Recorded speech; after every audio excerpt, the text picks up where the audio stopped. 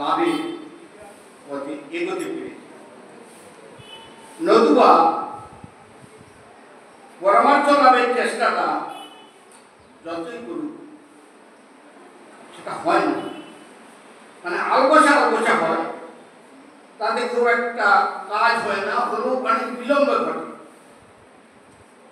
আলগা হলে কাজে খুব বিলম্ব হয়, যেমন সংসারটাও আমার চাই, তাই তো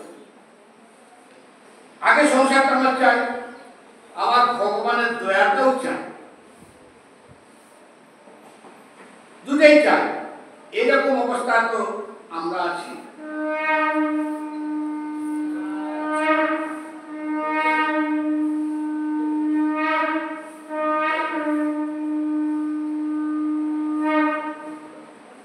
তাহলে আমরা সংসারটাও চাই, আবার ভগবানের দয়াটাও চাই, দুটাই চাই না।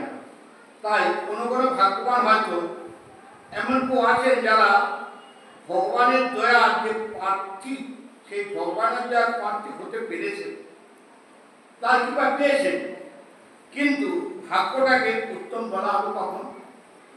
যখন সংসারটাকে পরিত্যাগ করে কেবল ভগবানের দয়া চাইতে পারবে, তখন সে উত্তম ভাগ্যবান। কিন্তু আমরা তো সে ভাগ্য আমাদের নেই, সেই ভাগ্যটা আমরা করেও আসি না। আমরা সংসারটাও চাই, আবার ভগবানের দয়াটাও চাই। তাই ভগবানের দয়াটা আমরা কি জন্য চাই? ভগবানের দয়াটা আমরা চাই আমাদের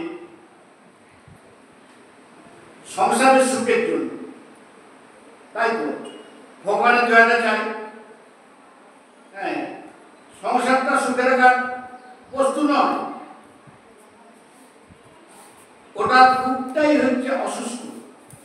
সেটা সুস্থ হবে কি করে?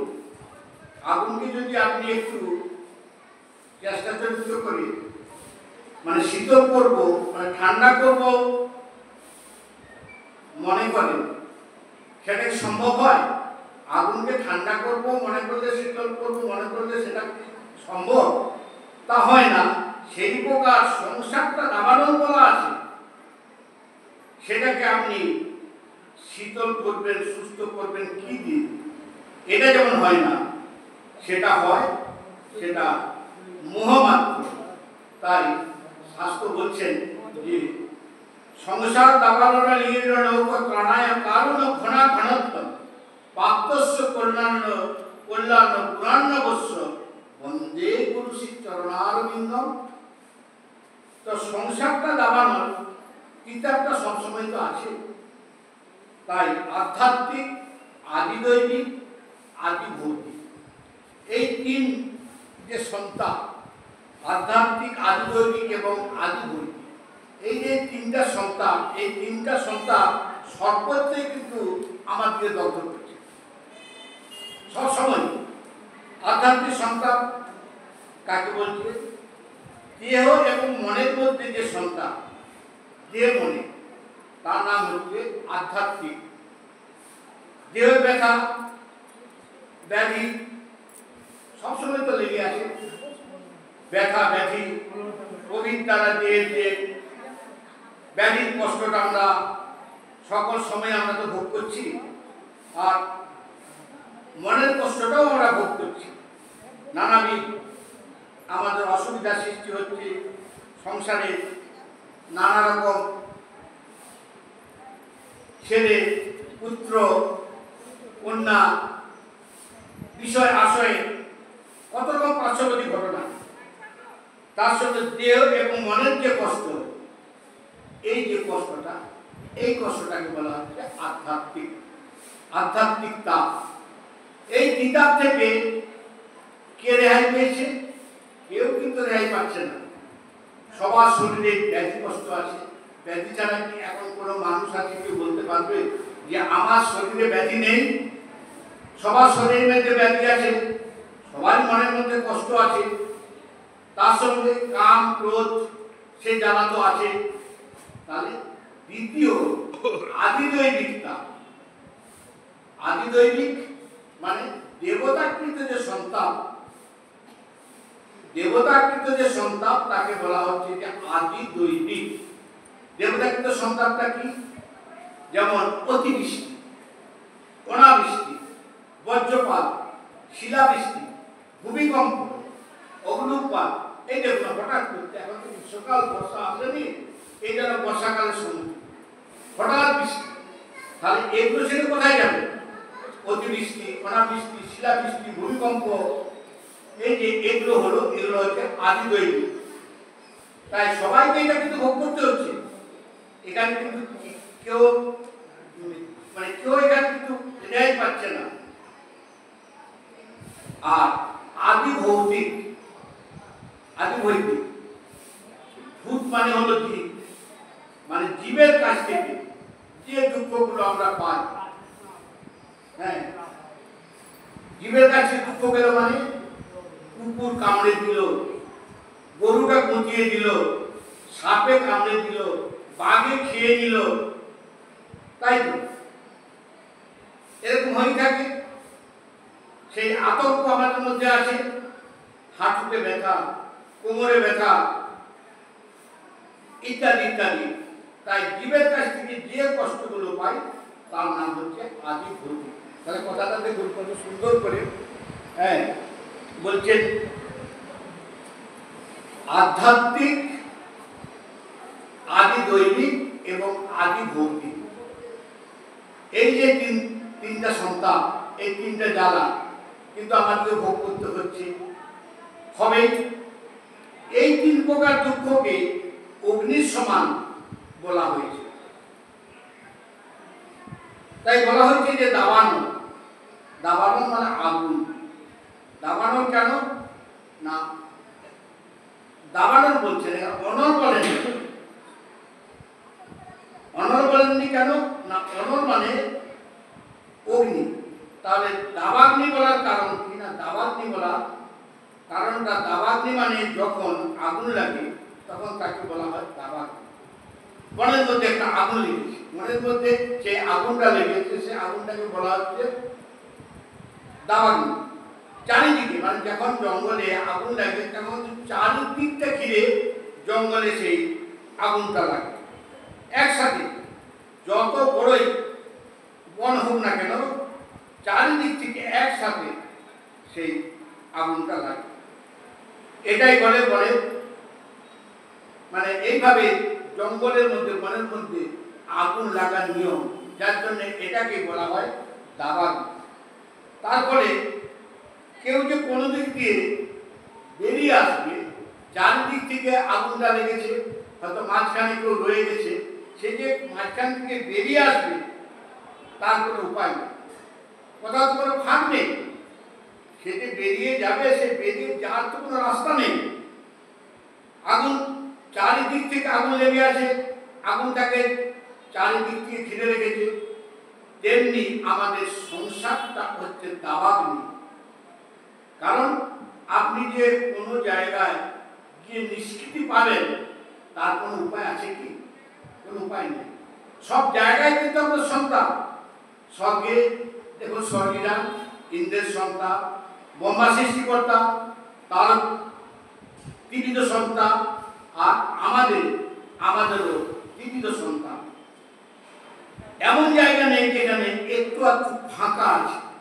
সব জায়গায় এই দাবাগ্নি, তিতা মায়া বিস্তার করে দিয়েছে। ফলে সেটা দাবাগ্নি সমতুল্য। তাই সংসারটাকে আমাদের বলা হচ্ছে দাবাগ্নি। হ্যাঁ, লীড় মানে দগ্ধ। দাবানলে দগ্ধ হচ্ছে সমস্ত মানুষ, আমরা তাই তো দাবানলে আমরা দগ্ধ হচ্ছি, সব আমাদের পুড়ে যাচ্ছে। এই ব্রহ্মাণ্ডে এমন একটা মানুষ নেই যে এই বিভু বলে এমন একটা অঙ্গ নেই যে এই 14 ভুবনের মধ্যে এই সংসার লোক দাবানলে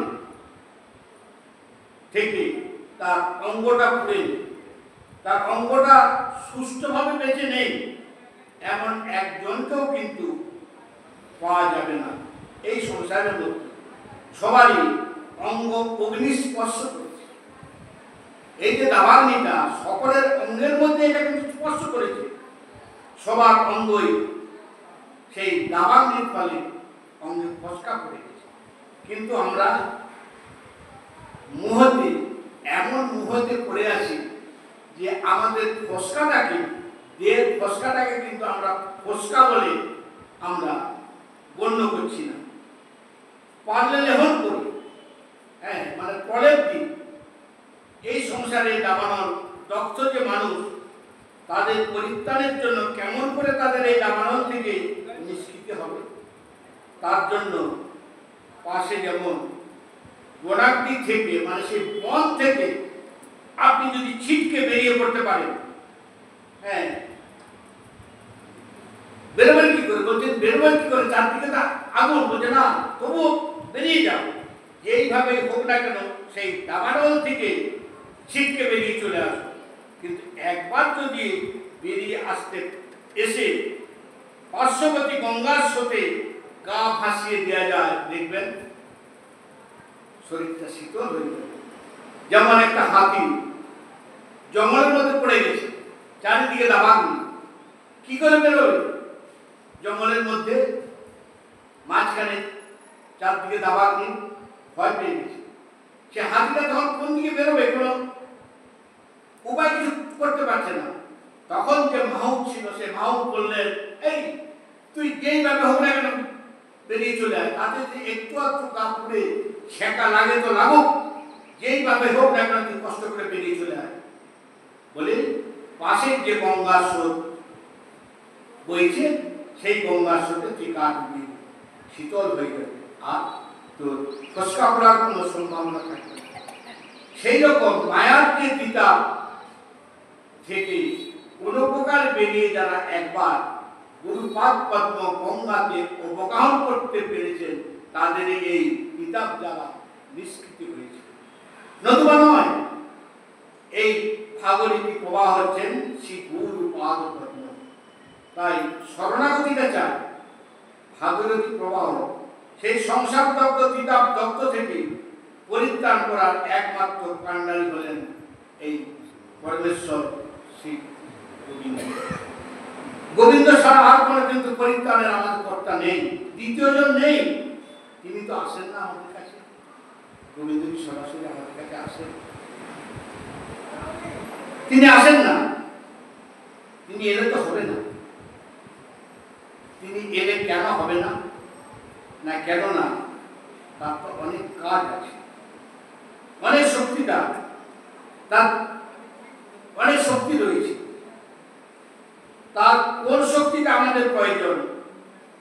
না, যে শক্তিটা ভগবানের করুণা করে, সেই করুণা শক্তিটা আমাদের প্রয়োজন। অনেক শক্তি তো আছে, সুদর্শন চক্র আছে, সুদর্শন চক্র থেকে আমাদের প্রয়োজন? আমাদের প্রয়োজন নেই। ভগবানের কোন শক্তিটা আমাদের প্রয়োজন? যে শক্তিটা আমাদের করুণা করে, আমাদের কৃপা করে, সেই করুণা এবং সেই কৃপা শক্তিটাই হচ্ছে আমাদের প্রয়োজন। কেননা জীবের দুঃখে থেকে শক্তিটা দুঃখিত হয় এবং দুঃখ প্রতিকার করার জন্য যে সামর্থ্য, এমনই করুণা শক্তিটা আমাদের দরকার। তাই সে ভগবান তো করুণার সাগর। ভগবান করুণার সাগর। তিনি কি করছেন? না, তিনি নিজের করুণাকে ঘন করে একটি মূর্তি তৈরি করে তিনি পাঠিয়ে দিয়েছেন। নিজের করুণাকে ঘন করে একটি মূর্তি তৈরি করছেন। করুণা, নিজের করুণাটাকে দেখুন, চিন্তা করে করুণাটাকে ঘন করে একটি মূর্তি তৈরি করে সেই মূর্তিটি পাঠিয়ে দিলেন। সেই মূর্তিটিকে, সেই মূর্তিটি হলেন স্বয়ং শ্রী গুরুদেব, শ্রী গুরুতত্ত্ব। সেই গুরুতত্ত্বকে আশ্রয় করি। তাই বিশ্বনাথ চক্রবর্তীর প্রবাদ গুরুদেবের অষ্টকী প্রথম শ্লোকেতেই তিনি বলেছেন, সংসার দাবানন লীন লোক তারায় কারুণ্য ঘনা ঘনত্বম পাপ্তস্য কল্যাণ গুণান্নবস্য বন্দে গুরু শ্রী চরণারবিন্দ। ঘনা ঘন তানায় কারণ ঘনা ঘনত্ব। ঘনা ঘন মানে ঘনা এবং ঘন মানে হচ্ছে মেঘ। ঘন বটে আবার অঘনও বটে। না কিরকম ঘন? যখন আকাশে কালো হয়ে থাকে তখন মেঘটা ঘন হয়, আবার অঘন মানে পাতলা হয়ে যায়। সেটা কি করে হয়? না বর্ষা হয় যখন সেই ঘন মেঘ থেকে মুষলধারে বর্ষা বৃষ্টি হয়ে যায়, বৃষ্টি হয়ে যাওয়ার পরে তখন সেই মেঘটা পাতলা হয়ে যায়। না সেটা কি করে হয়? না বর্ষা হয়ে গেল, মেঘের নাম ঘনা ঘন, যিনি করুণার মেঘ হয়ে আবির্ভূত হয়েছেন সেই গুরুতত্ত্বটি কেমন? না ভগবানের করুণার মেঘ হয়ে এসেছে। সেই করুণা দেখতে গেলে মেঘের যেমন একটা আকার দেখা যায়, তেমনি করুণার মেঘ শ্রী গুরুদেবের চেহারাও দেখা যায় সেই রকম। কিন্তু মেঘ আবার বর্ষণ করে যখন তখন, সবকে শান্ত এবং শীতল করে দেন। শ্রী গুরুদেব আবার করুণার বাণী বর্ষণ করে, তখনই সবাই এই তিতাব জ্বালা থেকে শীতল হয়ে যায়। সমস্ত তিতাব জ্বালা জগৎকে শীতল করে দেয় এই গুরুদেবের শীতল করুণা বাণী বর্ষণ। তাই গুরুতত্ত্ব এই করুণার বৃষ্টি জগতে আছে, চলছে। কিন্তু জগৎ এখনো বেঁচে আছে।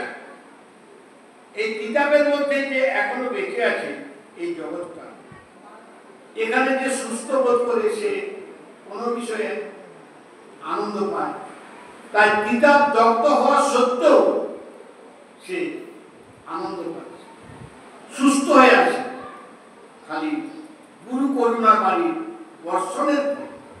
তাই গুরুতত্ত্ব জগতে একটি অপরিহার্য তত্ত্ব, যে তত্ত্বের দ্বিতীয় কোনো বিকল্প নেই।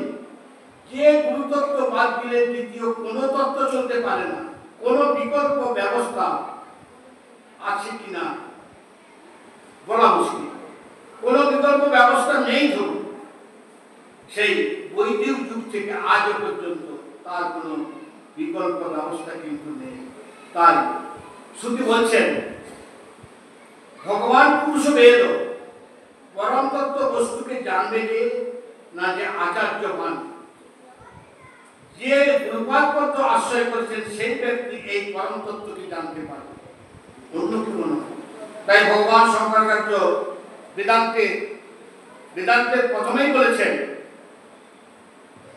সংসার দাবানল সন্তপ দীপ্ত শিবা জলরাশি নিব সম্মিত পানি ব্রহ্মনিষ্ঠম গুরুম অভিগচ্ছতে সত্যম। সংসার অনলি যে দগ্ধ হচ্ছে, সন্তপ্ত হচ্ছে, যার মাথাতে আগুন ধরে গেছে, সে ব্যক্তি যেমন জলরাশিতে ছুটে গিয়ে ছাপ দিয়ে তখন সে বাঁচার উপায় অবলম্বন, তেমনি সংসার অনল যাকে ধরে নিয়েছে সে কি করবে? না দীপ্ত শিরা জলরাশি নিব সমিতি পানি কুশকাষ্ট হতে নিয়ে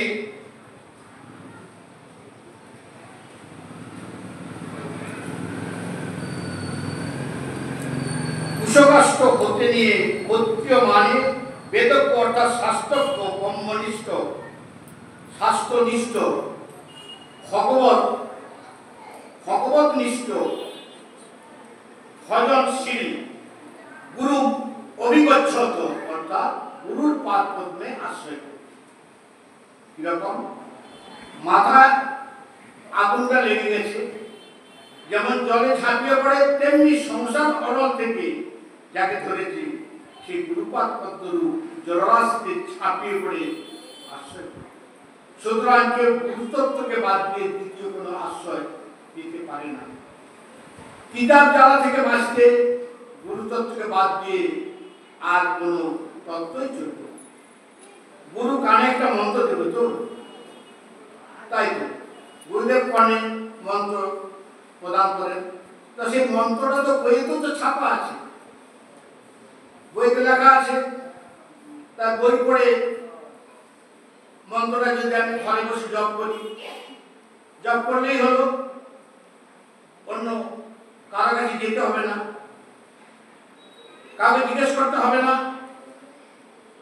না কেন? না বই পড়ে নিয়ে জপ করব, তা আবার মাধ্যম কেন? বইতে লেখা আছে সেটা পড়ে নিয়ে আমি জপ করব, তাহলে এখানে মাধ্যমটা কেন? এটাই বলতে পারে। তাই শাস্ত্র বলছেন এটা হবে না বাবা। না কেন হবে না? যদি এরকম হতো তাহলে তো শাস্ত্রই বলে মন্ত্র ছাপা আছে, মুখস্থ করে না, পড়ে পড়ে জপ করতে। তা তো বলেননি। আচার্যবান ভাগবতে বলেছেন, নবযোগেন্দ্র বলছেন, তস্মাৎ গুরু প্রবদ্ধেত। তস্মাৎ মানে সেই বস্তু, মানে সেই হেতু যাকে আমরা অতএব বলি বা সেই হেতু বলি, সেই হেতু মানে গুরুপাদ পদ্মে আশ্রয় করি। নবযোগেন্দ্র নিমিরাজাকে বলছেন ত্রেতা যুগে নিমিরাজাকে বলছেন সে হেতু মানে কোন হেতু? কোন হেতু?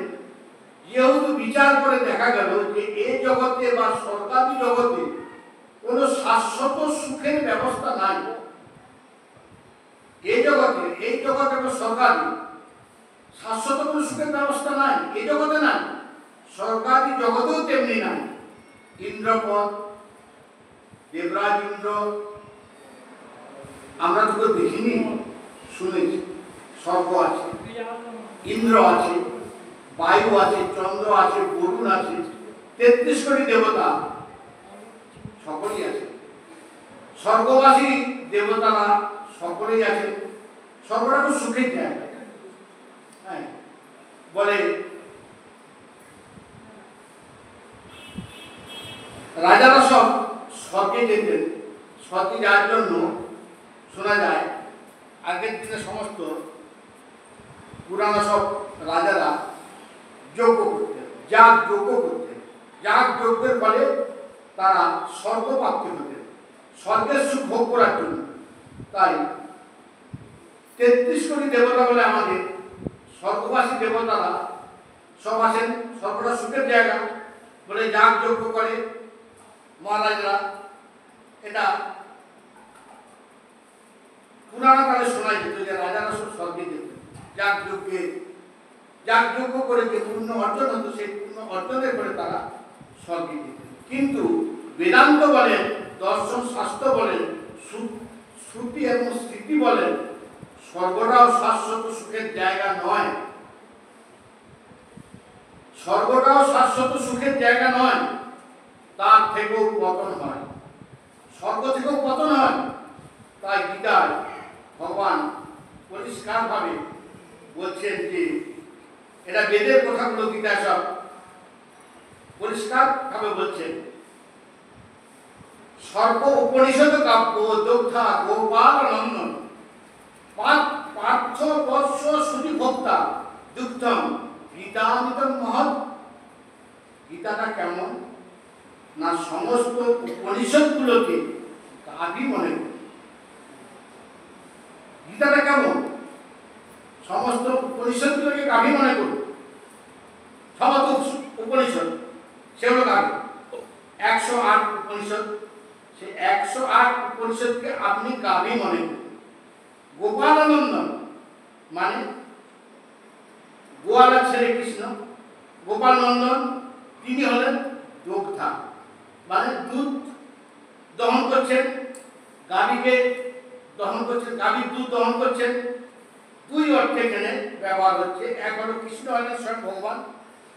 হ্যাঁ, উপনিষদের তাৎপর্য কৃষ্ণ যেমন বলতে পারেন, কৃষ্ণ যেমন গরু দহন করতে পারেন, আর কারো পক্ষে সেইভাবে সুন্দরভাবে বোধন করা সম্ভব নয়, এবং কৃষ্ণ যেভাবে বেদের কথা বলতে পারেন আর দ্বিতীয় কারো পক্ষে সেরকম বেদের তাৎপর্য এবং বেদের কথা, উপনিষদের কথা আর কারো পক্ষে বলাটা সম্ভব নয়। আর যখন গাভী বলা হয়েছে উপনিষদগুলোকে, সে পক্ষ নন্দনন্দন, কৃষ্ণ নন্দনন্দন গোয়ালা ছেলে, কেননা গোয়ালা ছেলেরা মানে যত সুন্দর বোধন করতে পারে অন্য কেউ কিন্তু সেরকম পারে না। যার জন্যই গোপালনন্দন তেমনি উপনিষদ রূপ গাভী দুগ্ধ মানে সারাংশ আরোহণ করতে গোয়ালার ছেলে ভগবান কৃষ্ণ তিনি মানে এই বোধন করতে গোয়ালার ছেলে কৃষ্ণ যেমনটি পটু তেমনি অন্নপূর্ণ, তাই দোগ্ধা গোপাল নন্দন। অর্জুন হল কে? অর্জুন হল বাছুর, পার্থ বৎস। অর্জুনকে বাছুর বলা হচ্ছে কেন না উপনিষদ গাভী, ভগবান কৃষ্ণ হলেন দোহনকর্তা আর বাছুর চাই। বোধন করতে গেলে দেখবেন যখন গরু তুইতে যাবেন তখন বাছুরটা ছাড়তে হয়। বাছুর যদি সেই গাভীর মুখে মানে ঠোঁট না দেয়, হ্যাঁ, তাহলে কিন্তু দেখবেন দুধটা পানাবে না। হ্যাঁ, বাছুর চাই, বাছুর না হলে গরু দুধ দেবে না, দুধটা পানায় না। তাই এখানে বাছুর হলেন অর্জুন। বাছুর বলার তাৎপর্য না, অনেকেই মনে করেন গীতাটা তো ভগবান অর্জুনকে মানে কুরুক্ষেত্রের যুদ্ধে ভগবান অর্জুনকে উদ্বৃত্ত করার জন্য বলেছেন, হ্যাঁ, উপদেশ দেওয়ার জন্য। অর্জুনের জন্যই গীতা, এটাই কিন্তু অনেকের ধারণা। উপদেশ দিচ্ছেন, তাহলে অনেকে ভাবেন যে অর্জুনের জন্যই গীতা। সেটাকে খণ্ডন করে দিয়েছেন শাস্ত্র। শাস্ত্র বলছেন যে অর্জুনের জন্য গীতা নয়, অর্জুন বাছুর মাত্র।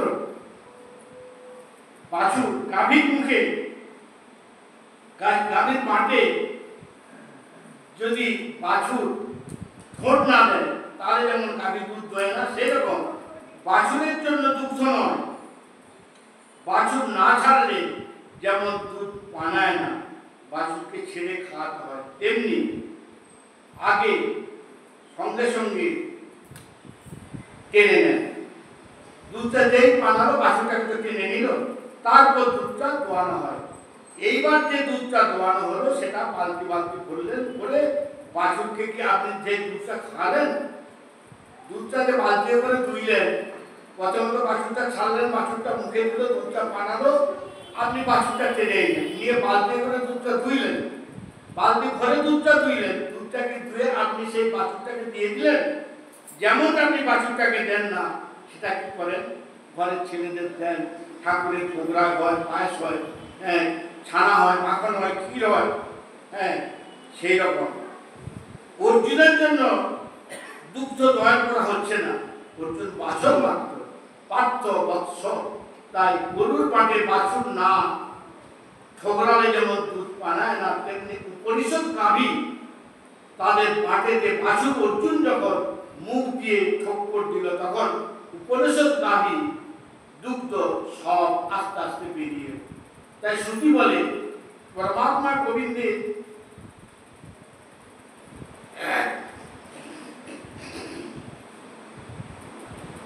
পরমাত্মা গোবিন্দের যে তত্ত্ব, যে সেই তত্ত্ব জেনেছে, সেই শোক সাগর পার হতে পেরেছে।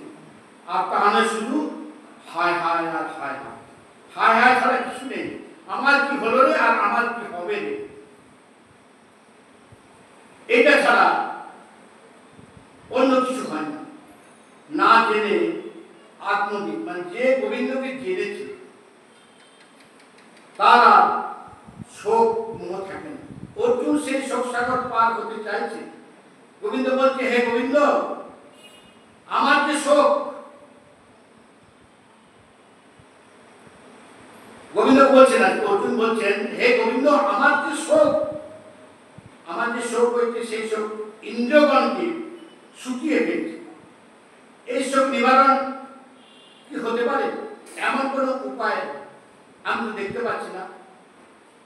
ভগবান বলছেন, তোমার তো শোক হয়েছে রাজ্য কামনা নেই, তুমি যদি যুদ্ধে জয়লাভ করো তাহলে কিন্তু তোমার শোক চলে যাবে, আর যদি যুদ্ধে তুমি রাজ্য পেয়ে যাও তাহলে তোমার শোক চলে যাবে, আর তুমি যদি যুদ্ধে নিহত হও তাহলে স্বর্গের আধিপত্য পাবে, তখন শোক তোমার চলে যাবে। অর্জুন বলছে, না, এই পৃথিবীতে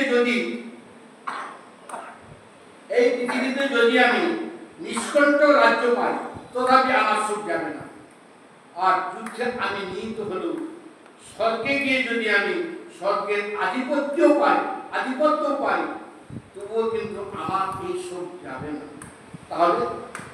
তাহলে তোমার এই শোকটা কিসের শোক? তুমি যে সন্তাপ করছো, তুমি যে শোক করছো, তোমার এই শোকটা তোমার কিসের? আত্মতত্ত্ব না হওয়ার জন্য এই শোকটা। ভগবান কি বলছে? যে আত্মতত্ত্ব হয় ব্রহ্মভূত অবস্থাকে কে প্রাপ্ত হয় আর তার শোক থাকে, সে আত্মজ্ঞ হয়ে পরে আত্মাকে যে জানতে পেরেছে তখন তার আর কোনো শোক থাকে। আত্মা শোক কিসে হয় না? যা পেয়েছিলাম তা যদি হারিয়ে যায়। তাই তো এইটাই তো আমাদের নিয়ম। আজকে আমি 2 টাকা পেয়েছিলাম কিন্তু টাকাটা আমার হারিয়ে গেল, এটা কিন্তু আমার শোক। যে আত্মাকে পেয়েছি, জেনেছি, আর তখন সেটা হারিয়ে গেল, আর তখন আমার শোক গেল।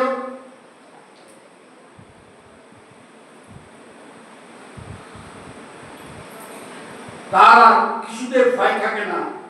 ন সচষ্টি ন কাঙ্ক্ষায়তি, কার না তার সে কিছু আকাঙ্ক্ষা করে না, কোনো কিছু নতুন পাবার আশা করে না। ন সচতি ন কাঙ্ক্ষায়তি, সে কোনো কিছু আশা করে না, আকাঙ্ক্ষা করে না, কোনো কিছু পাবার একটা আশা থাকে না। তাই অর্জুনের যে শোকটা গোবিন্দর কাছে প্রার্থনা করছেন যে আমি রাজ্য পেলেও, স্বর্গের আধিপত্য পেলেও আমার কোনো শোক যাবে না, এটা তাহলে অর্জুনের কিসের প্রশ্ন?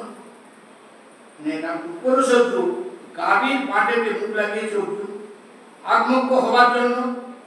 অর্জুনের এই প্রশ্ন, আমি আত্মজ্ঞ হতে পারিনি গোবিন্দ, তাই আমার এই যে শোকের যে উৎপত্তি তুমি আমাকে সে আত্মজ্ঞ করে দাও। তাই উপনিষদ গাভীর পাটে দোয়া হলো মুখখানা। তাই শোকামতরতি আত্মবিদ, ভগবান উপদেশ করতে করতে উপনিষদ গাভীর দুগ্ধ বেরিয়ে এলো। তখন উপনিষদের সারাংশ দুগ্ধ রূপে গীতাতে বেরিয়ে পড়লেন, গীতাতে বের করলেন। যে আত্মা, সেই আত্মা কেমন জানো? দেহটা জন্মায় আবার দেহটারই মৃত্যু হয়। ন জায়তে প্রিয়তে বা পদা চিহ্নায় ভূতা ভববিতা বানভুব, অর্থাৎ দেহটা জন্মায়, দেহটা মৃত্যু হয়। তাই দেহটা তো তুমি না, তুমি কি না? তুমি তো আত্মা। যারা তোমার সঙ্গে যুদ্ধ করছে তাদের আত্মা তো মরছে না, তুমি তাদেরকে মারবে বলে শোক করছো, মারবে না বলে শোক করছো। তুমি বলছো আমি যুদ্ধ করবো না, আমি একদিকে মারবো না, এরা আমার নিজজন, মানে কাকা, খুড়ো, জ্যাঠা, ভাই, বন্ধু, এরা আমার নিজজন। আমি যুদ্ধ করবো না, যুদ্ধ করলেই মারতে হবে, তাই আমি তাদের সঙ্গে যুদ্ধ করব না। তাই যারা তোমার সঙ্গে যুদ্ধ করছে তাদের আত্মা তো হচ্ছে না, তুমি তাদেরকে মারবো বলে শোক করছো। তুমি তো বলছো আমি তাদেরকে মারতে পারবো না, ওরা তো কেউ মরবে না। আত্মা কখনো কি মরে? দেহটা পরিবর্তন হয়ে যায়, এই দেহটা পরিবর্তন হয়, কিন্তু আত্মা কখনো মরে না। তাই ভাষাংসি জীর্ণানি তথা বিহায় নমানি গৃহন্তি নরহোপি পরাণি তথা শিরোনানি বিহায় জিনান্নান নাপি সংযোতি নমানি দেহি। যেমন কাপড় পরতে পরতে যখন কাপড়টা জীর্ণ হয়ে যায় তখন সেটা আমরা ফেলে দিয়ে যেমন নতুন কাপড় পরি, তাতে যেমন আমাদের কোনো শোক থাকে, কোনো মোহ থাকে না, সেই রকম পুরাতন দেহটা ছেড়ে দিয়ে নতুন দেহ করে যারা, তার জন্য শোকের কি কারণ আছে অর্জুন? তুমি তো পুরাতন দেহটা ছেড়ে দিয়ে তুমি আবার একটা নতুন দেহ তুমি ধারণ করবে, তাহলে তোমার শোকের কি কারণ আছে? এই নিয়ে বহুবিধ গীতার মধ্যে আলোচনা। তো তার মধ্যে স্বর্গাধিক সুখ নিত্য, কিন্তু সেটার জন্য শ্রুতি বাক্য বলেছেন। ভগবান তার সারাংশে বলেছেন, যেমন এই জগতের সমস্ত বস্তুই যা পাওয়া গেছে তা কর্মের দ্বারা পাওয়া গেছে। যে বস্তু কর্মের দ্বারা পাওয়া যায় সেগুলো বিনাশ প্রাপ্ত হয়ে যায়। কর্মের দ্বারা যে সমস্ত বস্তু পাওয়া গেছে তাই ক্ষয়প্রাপ্ত হয়। তার এই জগতের মতো স্বর্গ পুণ্যের দ্বারা পাওয়া গেছে সেটাও কিন্তু ক্ষয় হয়। এই শ্রুতিবাক্যের সারাংশ করে ভগবান বলছেন যে উপনিষদ রূপ গাড়ির দুগ্ধ রূপে গীতা বলেছেন, সেই বিশাল সর্বলোক যেখান থেকে পুণ্য অর্জন করে তারা যায় এবং স্বর্গবাসী হয়, সেখানে সুখ ভোগ করে আবার যখন পুণ্যটি শেষ হয়ে যায়, মানে ভোগের দ্বারা পুণ্য ক্ষয়প্রাপ্ত হয়, সঞ্চিত অর্থ যখন ভেঙে খেতে খেতে যেমন শেষ হয়ে যায়, তেমনি পুণ্য যখন শেষ হয়ে যায়, সুখ ভোগ করতে করতে পুণ্যটি ফুরিয়ে যায়। পুণ্য ফুরিয়ে যায় তখন আবার এই জগতে তিনি ফেলে দেন স্বর্গ থেকে। সুতরাং স্বর্গসুখটা শাশ্বত নয়, স্বর্গসুখটা শাশ্বত সুখ হচ্ছে না, নিত্য হচ্ছে না। মানুষের কামনা কোনটা এবং কতটা, সে এমন সুখ চায় যে সুখটা ফুরাবে না, যে সুখটা মলিন হবে না, যে সুখটা ক্রমশ বাড়বে, কমবে না, এমন সুখী কিন্তু মানুষ চায়। এইরকম সুখী মানুষের কাম্য, জীবের কাম্য। সেই সুখটাকে পাওয়ার জন্য কত চেষ্টাই না করছে মানুষ, কতই না কষ্ট করছে, কিন্তু এই জগতে সুখটা এমনই একটা বস্তু যে তা লম্বা হয়, ক্ষণে ক্ষণে বিচ্ছেদ প্রাপ্ত হয়।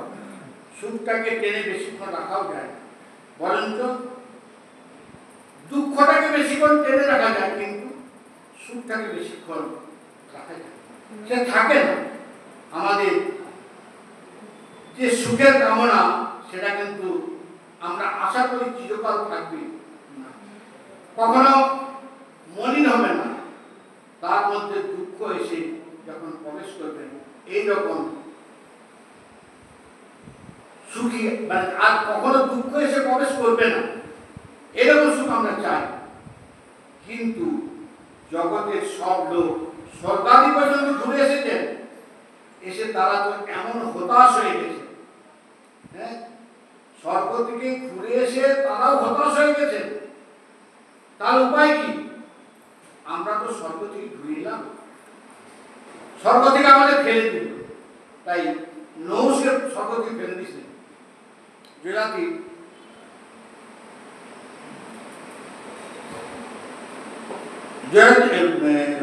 জয়জাতি মহারাজকে ফেলে দিয়েছে।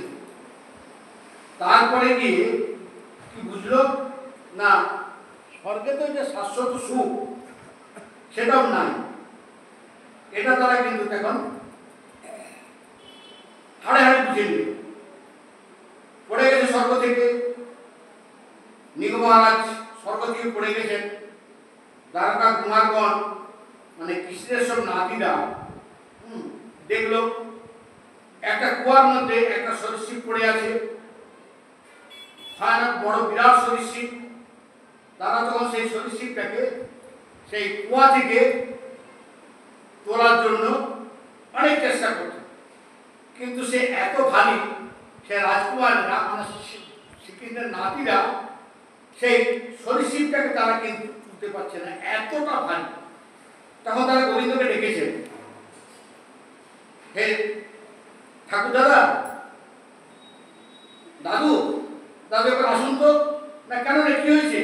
না কুয়ার মধ্যে একটা জানোয়ার পড়ে আছে, এত ভারী সেটাকে আমরা তুলতে পারছি না। তখন গোবিন্দকে দেখলেন একটা সরীসৃপ পড়ে আছে, তাকে হাত দিয়ে গোবিন্দ অবিলাপ করে কুয়ার মধ্যে থেকে টেনে তুললেন। তোলার সঙ্গে সঙ্গে সে দেহ ত্যাগ করে সেই সরীসৃপ মারা গেল। গোবিন্দ ছুঁয়েছে, গোবিন্দ স্পর্শ পেয়েছে, তাহলে আর কি তার পারাত্ম থাকে? তার পারাত্ম খণ্ডন হয়ে গেল। তৎক্ষণাৎ সে দেহত্যাগ করে দিব্য দেহ ধারণ করে জ্যোতির্ময় মূর্তি ধারণ করলেন, কনক কুণ্ডলধারী কিরীটিধারী। সে তখন দিব্য দেহ ধারণ করে গোবিন্দ স্তুতি করে গোবিন্দকে প্রণাম করছে। তখন গোবিন্দ বলেন, আমি কে? না কেন আপনার এই গতি হয়েছিল, আপনার এইরকম দেহটা বিকলাস হয়েছিল কেন? আপনি কে? এখন সেই গিরগিটি মানে যাকে আমরা গিরগিটি বলি আর হ্যাঁ, আপনার পরিচয় দান করুন। এই কুমারগণ আপনার পূর্বের ইতিহাস স্মরণ করবে। তখন সেই দিব্য দেহধারী পুরুষ বলছেন, হে জগদীশ্বর, আপনি যদি এই পৃথিবীর খাতায় যত দাতাদের নাম আছে, এই পৃথিবীর মধ্যে যত দাতা আছে, যত দান করেছেন, যত দাতাদের নাম আছে, তাদের নামগুলো যদি আপনার কর্ণগোচর হয়ে থাকে, তাহলে আমার নামটাও আপনি শুনে থাকবেন। পৃথিবীর মধ্যে যারা বরেণ্য দাতা, তাদের মধ্যে আমার নামও আছে। আমার নাম মৃগ মহারাজ। পৃথিবীর যত ধূলি কোণা, আকাশে যত নক্ষত্র, আমি তত গাভী আমি দান করেছি। তাহলে চিন্তা করুন, আকাশে যত নক্ষত্র, তারা নক্ষত্র আছে, তার সমান আমি গাভী দান করেছিলাম। তাহলে মহারাজ, আপনার এই অধগতির কারণ, আপনার এই অধগতি কি করে হলো? দিগ মহারাজ বললেন, হে জগদীশ্বর, আমি ব্রাহ্মণদের গোদান করেছিলাম। তার মধ্যে এক ব্রাহ্মণের একটি দান করা গোমাতা, পুনরায় দান করা গোমাতাটা ব্রাহ্মণকে দান করেছিলাম। সেই গোমাতাটা সেই ব্রাহ্মণের কাছ থেকে ফিরে এসে আমার গোশালার মধ্যে চলে আসে। আমি তো বুঝতে পারিনি। সেই গোমাতা থেকে আমি আবার পুনরায় আরেকজন ব্রাহ্মণকে আমি দান করে দিলাম। তখন সেই গোমাতাটি আমার অগোচরে আমার গোশালায় কখন এসে ঢুকে পড়েছে, আমার তো জানা ছিল না। আমি আবার সেই গোমাতাকে অন্য এক ব্রাহ্মণকে আমি দান করে দিয়েছি।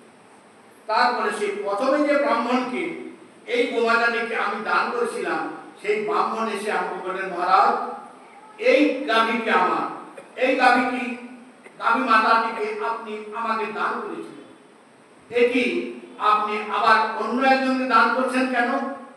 এটা তো আমার গোমাতা, এটি আমাকে আপনি ফিরিয়ে দিন। এবার সে ব্রাহ্মণ এখন দান করেছেন। তাকে রাজা বললেন, ঠিক আছে বিপ্রদেব, আপনাকে আমি অন্য একটি গোমাতা দিয়েছি, আপনি দয়া করে এই গোমাতাটিকে এই বিপ্রগণকে আপনি দিয়ে দিন।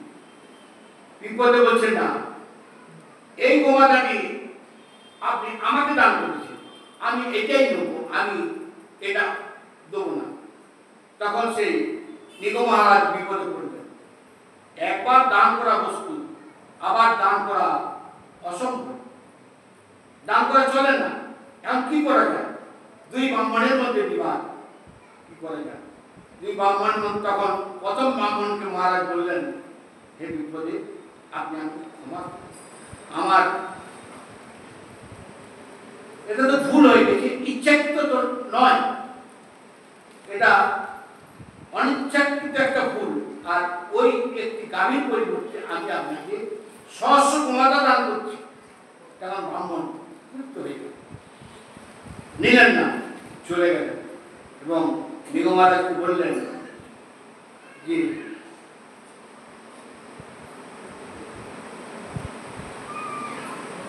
যেই সাথে আমি স্বর্গ থেকে অধপতিত হয়েছি, আমার দেহ পিকলাস হয়েছে, জগদীশ্বর গোবিন্দকে প্রণাম করে রাজা দিব্যধামে চলে গেল। মানে তখন সে ব্রাহ্মণ ক্ষুব্ধ হয়ে তাকে অভিশাপ দিয়ে চলে গেল। নিগম মহারাজ তখন সেই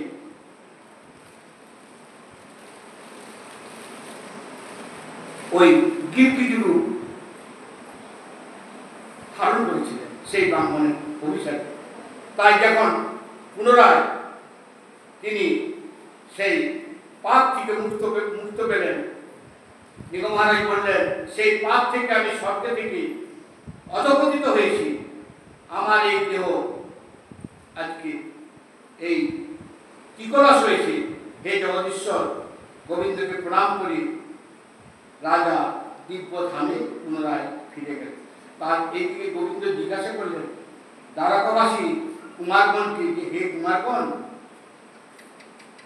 বিষটা কৃষ্ণ, তার প্রতিকার হয়, কিন্তু বিষের প্রতিকার হয়, কিন্তু ব্রহ্মস্ত্র একটা পরম বিষ, ব্রহ্মস্ত্র ব্রাহ্মণের অভিশাপ, তা হজম হয় না। তাই নিগম মহারাজ বুঝেছেন যে যজাতি নহ জাতি, কত রাজারা বুঝেছেন যে স্বর্গ গেলে স্বর্গচ্যুত হতে হয়, স্বর্গ সুখটা শাশ্বত সুখ নয়। ভগবান বললেন পুণ্য ক্ষয় হয়ে গেল, স্বর্গ থেকে আবার ফিরে দেয়। অতএব স্বর্গ সুখ নিত্য নয়, অথচ মানুষের কামনা নিত্য সুখের জন্য। যে সুখের চিরকাল থাকবে, যে সুখটা নবনব হয়ে উঠবে, কখনো মলিন হবে না, তার মধ্যে দুঃখ কষ্ট প্রবেশ করবে না, এমন একটা সুখ সকলেরই কাম্য, কিন্তু সেটা তো হয় না। তখন তারা হতাশ হয়ে কাকে জিজ্ঞাসা করবে, কার কাছে যাবে? এ সুখটা কি কোথাও পাওয়া যায়? যে সুখটা কোনোদিন মলিন হবে না, এ সুখ কোনোদিন নষ্ট হবে না, যে সুখ প্রতিক্ষণে নতুন নতুন হয়ে আবার আসবে, এমন সুখ কি কোথাও পাওয়া যায় না? তখন জিজ্ঞাসা করতে করতে ভালো দোকানে গিয়ে জিজ্ঞাসা করে, কোথায় ভালো দোকানদার? না সুখী বেদ মাতা। তাকে জিজ্ঞাসা করলেন, বেদ মাতা তার জীব সন্তানকে বলছেন, আচ্ছা বাবা, পরমানন্দের ভূমা ভূমা এব সুখম নালবে সুখ অস্তি, মানে সেই ভূমা তিনি হচ্ছেন সুখের বস্তু, যাকে অনাদিরাদি গোবিন্দ সর্ব কারণম কারণম, সর্ব কারণম কারণম কারণম ঈশ্বর পরমানন্দ সচিদানন্দ বিগ্রহ, অনাদিরাদি গোবিন্দ সর্ব কারণের কারণ। সেই সচিদানন্দ বিগ্রহই হচ্ছে আনন্দের ভূমা, প্রচুর আনন্দ। সাগরে যেমন প্রচুর জল, যতই তুলুন আপনি জল, সাগরের জল ফুরোয় না, তেমনি গোবিন্দ স্বরূপে আনন্দ, এত আনন্দ আছে সেটা কিন্তু ফুরাবার নয়, অফুরন্ত আনন্দ। সমুদ্র তার উপমাও হয় না, সমুদ্র থেকে বড় বড় কিছু নাই, বনে তার সাথে এমন কিছু নাই। গোবিন্দ আনন্দ সমুদ্র বলে, আনন্দ সমুদ্র বললেও সেটা ঠিক হয় না। সমুদ্র তো ব্রহ্মাণ্ডের একটা বস্তু, আর গোবিন্দ শরীরে লোমকূপে কোটি কোটি ব্রহ্মাণ্ড যাতায়াত করছে। প্রত্যেকটা লোমকূপে। অতএব গোবিন্দের সাথে সমুদ্রের তুলনাটা কি করে হয়? সেটাও ঠিক না। তবুও বলতে হয় আমাদের এই জগতে আর এমন কোনো বস্তু নেই যে গোবিন্দই হলেন আনন্দের কুমার, তিনি সুখময়, তিনি সুখের বস্তু। কল্পে মানে মায়া যা সৃষ্টি করেছে সেই সকল বস্তুতে সুখ হয়। শ্রুতিপথ দেখিয়ে দিল, তখন ভুয়া সুখের জন্য যে সাধন প্রণালী, শ্রুতি স্মৃতি যেসব সাধন প্রণালীগুলি দিয়েছেন সেই সুখের জন্য, তাই নবযোগেন্দ্র সে কথা বলছেন, তস্মাৎ গুরু অপদ্যতে। তস্মাৎ মানে সেই হেতু, কোন হেতু, যে হেতু, যে হেতু এই জগতে শাশ্বত সুখ জীবের কাম্য, যেহেতু এই জগতে শাশ্বত সুখ জীবের কাম্য, বঞ্চিত সুখ পাওয়া যাচ্ছে না। রাজ্য হলেও নয়, রাজাও হাহায় করতে করতে দেহ ত্যাগ করে, তাকেও একটু দেহ ছাড়তে হয়। যেগুলো পুত্রবান, ধনবান, যশস্বী সবাই হায় হায় করতে করতে একদিন এই দেহ ছেড়ে চলে যায়। কেউ সুখী হয়ে দেহ ত্যাগ করতে পারে না, স্বর্গে গেলেও সুখ শাশ্বত হয় না। তাহলে বিচার করে দেখা যাচ্ছে। এবং নবযোগেন্দ্র সংবাদে নবযোগেন্দ্র বলছেন, এই জগৎ বা স্বর্গাদি জগৎ কোনোটাই বাঞ্ছিত বা কোনোটাই শাশ্বত নয়, সুখ পাওয়ার জায়গা এটা নয়। অতএব তস্মাৎ গুরু অপদ্যতে। তাহলে যে বাঞ্ছিত সুখ কামনা করে, সে বাঞ্ছিত সুখটা কামনা করে কি করবে না, গুরুপাদ পদ্মে আশ্রয় করবে। কেন গুরুপাদ পদ্মে আশ্রয় করবে? একমাত্র তিনিই দেখাতে পারবেন আপনার এই উমা, অর্থাৎ আনন্দের যে সংবাদ। আর কেউ কিন্তু দেখাতে পারবে না। বলে গুরু না বলি, তোমরাই আমাকে বলো না, আমি বুঝে দেব। গুরু করলাম, তোমরা বলো। আমরা তো বললে আমরাই তো তোমার গুরু হয়ে যাচ্ছি। তোমাকে তো কোনো জায়গায় শুনতে হবে সেই ঘুমানন্দ সংবাদটা। অতএব গুরু বাদ দিয়ে তো কোনো কাজ হয় না। হ্যাঁ, কি বলতেন? গুরু বাদ দিয়ে কোনো কাজই হয় না। গুরু বাদ দিয়ে ঘুমানন্দ তো পরে আছে। উত্তম সেও কোনটা, উত্তম কল্যাণ কোনটা, তাই জিজ্ঞাসা করার জন্য গুরুপাদ পদ্ম আমাদের আশ্রয় করতে হবে। গুরুপাদ পদ্ম আশ্রয় ছাড়া কোনো উত্তম কল্যাণ তা জানা যাবে না, বোঝা যাবে না।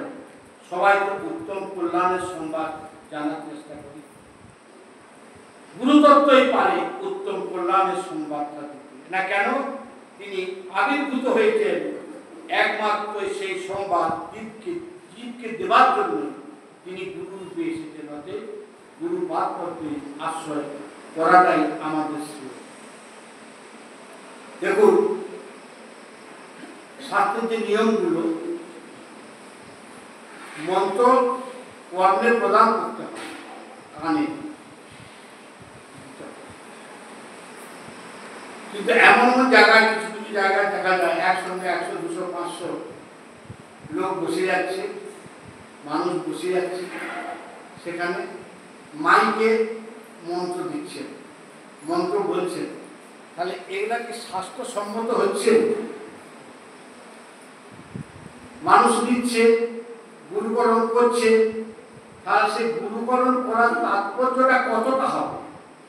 আমাকে গুরুকরণ করার আগে আমাকে শাস্ত্র নির্দেশটা নিশ্চয়ই আমার মানা উচিত। আমি কি গুরুকরণ করব? শাস্ত্র কি বলছে? শাস্ত্র নির্দেশটা আপনাকে মানতে হবে, শাস্ত্র নির্দেশটা মেনে আপনাকে চলতে হবে।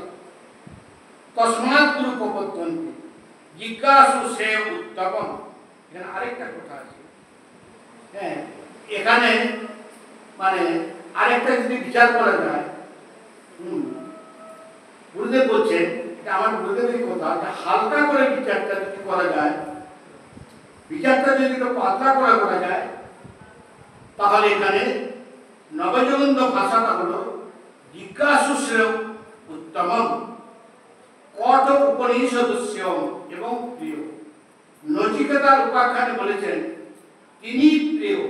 যমরাজ যখন নচিকেতাকে বলতে চাইলেন, নচিকেতাকে বললেন তুমি স্বর্ণখনি নাও, না না হয় হস্তি নাও, ব্রাহ্মণ কন্যা নাও, ইত্যাদি সব নাও। তখন নচিকেতা যমরাজকে বলেছিলেন এইসব প্রিয় বস্তু সব তোমারই থাক, আমি এই প্রিয় বস্তু আমি নেব না, এর নামটাই প্রিয়। আর প্রিয় কাকে বলে না, আত্মকল্যাণ, আমার যাতে কল্যাণ হবে তাই হলে শ্রেয়। আর আমার দেহ মন ইন্দ্রিয় কল্যাণ হবে যাতে, তার নাম প্রিয়। দেহ এবং ইন্দ্রিয় মনের কল্যাণ হলো তাতে আপনার কি হলো? দেহ ইন্দ্রিয় মনের যদি কল্যাণ হয় তাতে আপনার কি হয়েছে? এই ঘরটাকে রং করে দিয়ে গেল, ঘরটা বাস করছে, ঘরটাকে রং করে সাজিয়ে দিয়ে গেল, কিন্তু আপনি খেতে পাচ্ছেন না, আপনার এক মুঠো অন্ন নাই, এক মুঠো অন্ন, এক মুঠো ভাত আপনাকে দিয়ে গেল না, ঘরটা রং করে দিয়ে গেল, তাতে কি আপনার সুখ হবে? তেমনি আপনার এই দেহ ইন্দ্রিয় মনগুলোকে, আপনার তো ঘর, আর আপনি তো নন সেটা, আপনি তো হলেন আত্মা, সেটাকে ভিতরে পড়ে আছে, তাকে না খেতে দিয়ে দেহটা আপনি পালিশ করছেন, ফলের দিচ্ছেন, রং লাগাচ্ছেন, তাতে কি হবে? তাতে কি লাভ? তাই দেহে যে রং, হস্তি, ব্রাহ্মণ, কন্যা, স্বর্ণখনি, রাজ্য, এগুলো তো দেহের ফলের, দেহের লাগানো রং। তাই ইন্দ্রিয় মনের খাদ্য আত্মার খাদ্য নন, সেই আত্মার খাদ্যগুলো দেহ এবং ইন্দ্রিয় মনের খাদ্য, তার নামই হচ্ছে দেহ, সেইটাই আমাদের আত্মার খাদ্য। আর সেও আত্মা কল্যাণ, তার নাম হচ্ছে শ্রেয়। তাই নবযোগিন্দ কিন্তু শুধু শ্রেয়টা বলেন না, বলেছেন শ্রেয় উত্তমম। ঘড়িটা কোনটা ঠিক, ওটা কেন বলো? আজকে এইখানে বিশ্রাম থাক, আবার আগামীকাল যদি আপনাদের কৃপা হয়, সুকুমার কৃপা হয়, হ্যাঁ